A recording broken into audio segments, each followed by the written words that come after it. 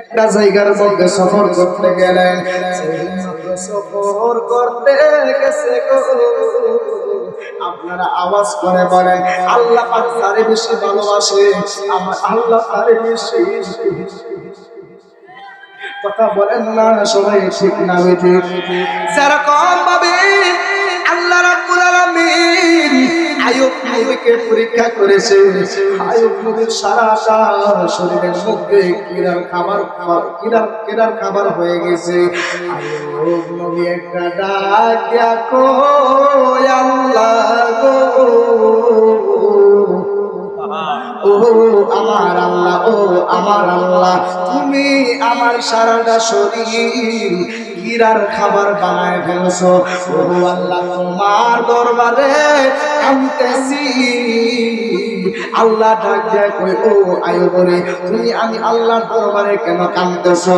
আইয়ুব নবী ডাক দেয় কই ও আল্লাহ গো, ও আল্লাহ গো, আমি একটা কারণে কাঁদতেছি, আমার সারাটা শরীর কিরার খাবার বানাইছো, আমি আইয়ুবের কোনো দুঃখ নাই। ও আল্লাহ গো, তোমার কাছে একটা আবদার জানাই, আল্লাহ তুমি আমার জিহ্বার মধ্যে কিরা পালাইও না। আর তো জোরে জোরে বলেন না ইয়া রাসূলুল্লাহ। এবার আইয়ুব নবী ডাক দিয়া কয় আল্লাহ গো,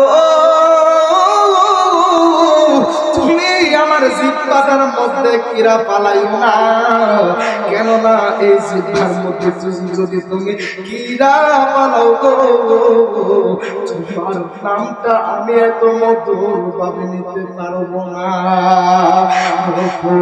রহিম নাম তোমার আল্লাহ, ও আল্লাহ, আল্লাহ নাম তোমার আল্লাহ,